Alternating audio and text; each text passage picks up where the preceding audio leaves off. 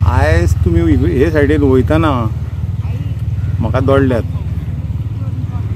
म्हणून म्हाका दिसता आमचें आयज मेळप जालें। तुम्ही विचारता म्हणून सांगता की शेती ही पारंपारीक आमचो धंदो, पोट भरपाचें साधन।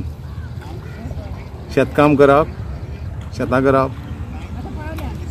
समाजकारण करप आनी तेच्या बरोबर राजकारण करप, तें करीतूच आमी फुडें सरलेले आसा। आता हे सगळें करतना सुद्दां आमचे जे स्वताचे वेवसाय आसात ते वेवसायूय करता। आमची तशी 4 शेतां आनी वर्सात आमी करता।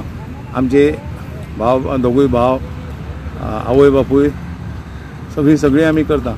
हे निमाणें मातशें लेट जालें इतक्याक लागून की हांगा उदक भरलेलें आनी उदक भरल्या नंतर मातशें लावप न्हू, मातशें लेट जालें जाल्यार वर्सात आमी करता, जेणे करून वर्साक जें कितें आमी जे भात खाता हे भात खावन उरता आनी आमचे कोण बरे मागपी आसा पळय, सोयरे आसा तांकां दिवपाक मेळटा। म्हणून हे करप इतल्याच खातीर न्हू की ही पडीक उरता, जी जमीन पडीक ठेवप ना। शेत